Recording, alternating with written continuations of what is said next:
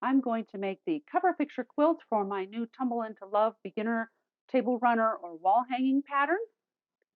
I've already made this pattern once as I was first writing the pattern because I wanted to make sure that I had the pressing instructions right so that all these crossing seams will have seams that nest. I personally love to have all the nesting seams possible in making a quilt because I try to treat quilting like meditation. I put on calming music, I take my time, and I focus on working carefully. Every little perfect seam intersection I manage to achieve just feels like a little smile to me. For the cover quilt, I'm actually using these fabrics. These are fabrics that I designed. You can get them yourself on Spoonflower. It's pretty easy to order. It's 3 different fat quarters and 2 half yards. This covers both the top, the binding, and the backing. First thing I'm going to do is to press the fabric. I did wash this fabric and press it before. I'm going to press it one more time because it's been folded up for a little while and I want to make sure I get nice accurate cuts. This is the first time that I have made a quilt with fabric I've designed, so this is kind of fun for me. You can see here that on Spoonflower you can actually order yards of fabric with different patterns on them. So there's a half yard of this pattern here and another half yard over here of a different pattern, and it's just 1 yard. I had fun designing the fabric. These are all little cookies, and these are all different words about love, like adore, captivated, enthralled, besotted, all sorts of fun things. Each of the fat quarters is a blender fabric, and you can see that for the pattern, I like to have a dark, a medium, and a light, and you want these 3 to contrast, every one of them, with what you're going to use for the borders. You can see that there's a difference between all of those. So you'll be able to see the 3 hearts. 3 fat quarters are the 3 hearts. The first thing I'm cutting is the background here, and some of this is these long strips here. And I know it can be a struggle sometimes if when you're cutting strips you get these elbow bends in them. So I just wanted to talk a little bit how I avoid that. Number one, I lay out the fabric, and when I'm folding it in half, especially the first time here, I make sure that these selvages are lined up. That helps keep it on grain. And then I don't like to do long, long cuts, so I fold it in half again. Now I have a whole video here on YouTube that talks about how to avoid getting elbows, but the gist of it is that you want to make sure you're always cutting perpendicular, right angles, like a square, to the folds. If you do that, your cuts will be straight and not have the elbow in them. Now that's easy enough. If you just fold it at once, you can line up your ruler on that fold, nice and straight, and then you know that if it's lined up on the fold, your cut will not have an elbow in it. When I fold it twice like this, I have one more thing I need to check, and that is that both the folds are parallel to each other. So when I cut this here, it's perpendicular or square to both of these folds. So I don't get an elbow in either fold. The easiest way I've found to help me understand how to adjust the fabric when I'm comparing these 2 folds is to line up the big fold down here and then check to see if this fold up here lines up with the ruler. And it's much more intuitive which way you need to adjust a little bit to make it work out right. And once I'm happy with it, I can cut off the edge here.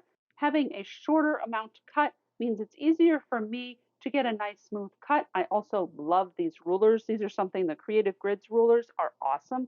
I've just recently discovered them and I really, really like them.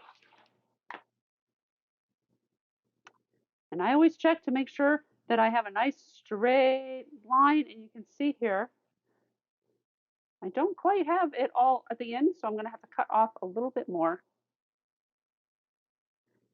This crookedness is because I washed the fabric and apparently it got a little off grain when it was printed. So now I have a whole strip that's printed and I can start cutting the strips.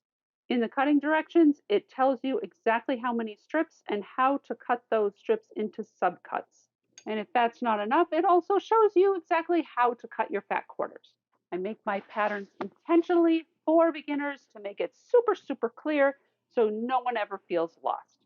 And again, every cut you make, line up that fold before you make your cut and keep your rotary cutter snug up against your ruler and nice and straight up and down. You can see here, it's nice and straight. There are no elbows. And I'm going to go ahead and cut the rest of the fabric, including all the fat quarters. One point beginners sometimes miss is the fact that when you're doing this subcutting, you want to cut squares usually. So you, again, want to make sure you line up the edge of your ruler with your edge of your fabric here so that when you cut this off into different squares, they are actually square.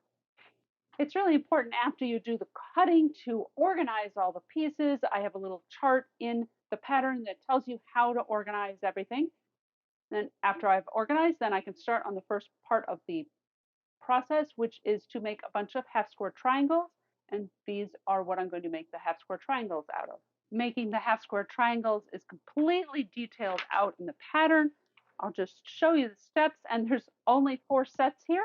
It's not a big deal. The first thing is you need to mark a line on the diagonal of 4 of the pieces. It specifies the pieces in the pattern so you're not lost to know what you're supposed to be marking on what.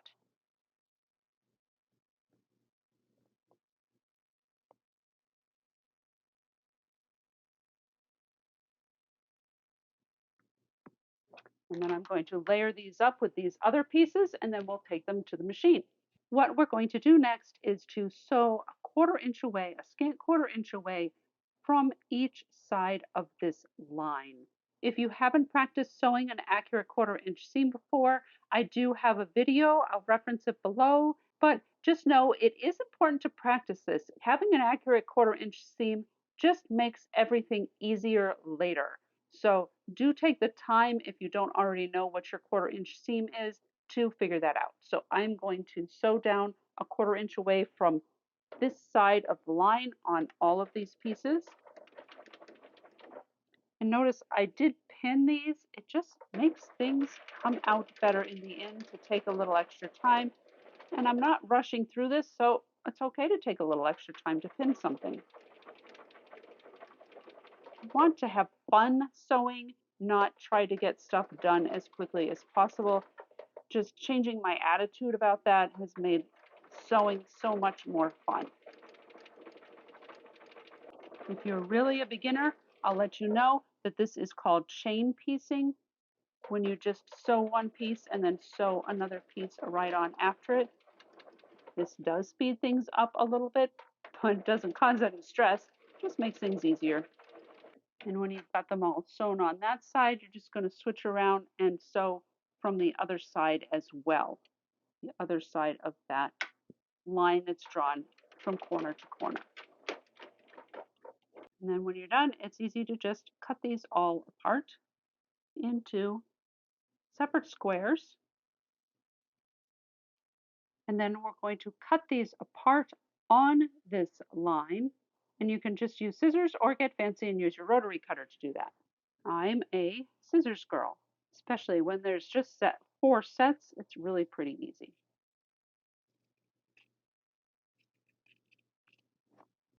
Okay, the next step is to press the seams. Now in the pattern, it actually specifies for you to know how you're supposed to press those seams. We're going to press it towards the fabric that has all the words on it.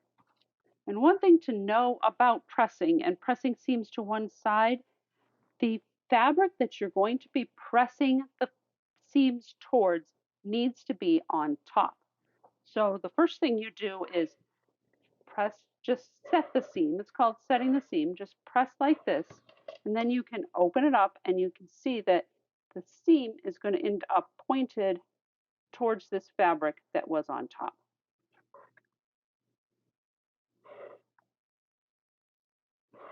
I'm going to do that with all the squares. And this is called a half square triangle. You can see that this is a square and it's made up of 2 half square triangles. The reason that we do it this way is because this is actually on the bias, and now you have a seam here keeping the bias from stretching. It makes it a little more stable. This next thing is trimming the half square triangles. If you've quilted before, you are probably very familiar with this, but if you're a beginner, it can seem a little complicated. We've made these a little bigger than they have to be. They should be about the same size as these other pieces so that everything fits together. You can see that they are a little bit bigger. We've made them bigger because these get wonky sometimes as we're making them, and we want to have room to trim them. So we're going to trim these half square triangles. There are all sorts of special rulers out there made to help you trim half square triangles, but you can do it with your basic ruler. So I'm going to show you right here how to do that. We want our finished trimmed half square triangle to have the seam going through the corners. And don't worry if it doesn't right now. That's what I mean by sometimes these get a little wonky. So the important part is to find the 45-degree angle on your ruler and line it up with the seam that you have.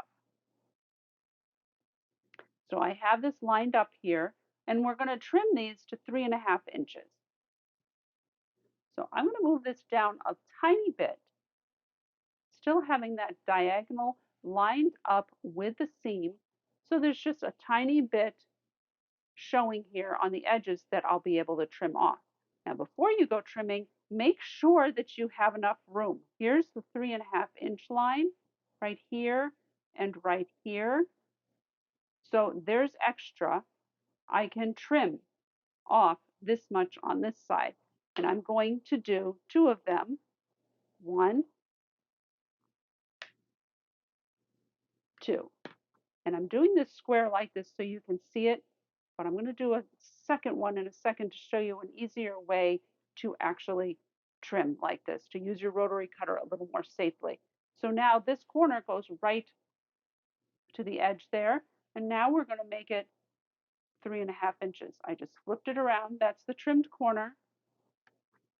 We're going to line this 45-degree line up, and then also line up our 3.5 inches, just like that. And then make sure that's still lined up there. We can trim these 2 sides.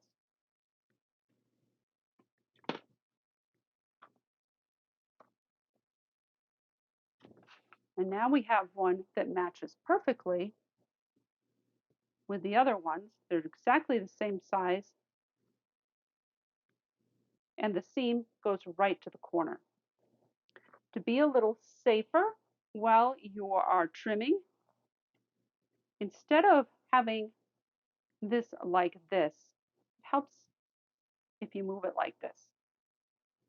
That way, when you're trimming, and again, I'm checking the 3.5 inch to make it sure it fits in there, and I'm also making sure my line goes straight to the corner.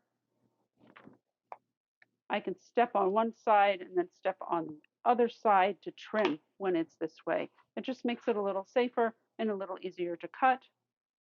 And then I'm going to do the other way, the other side the same way. Matching up my 3.5 inches.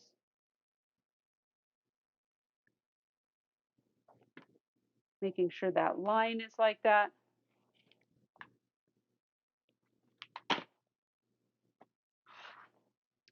All set.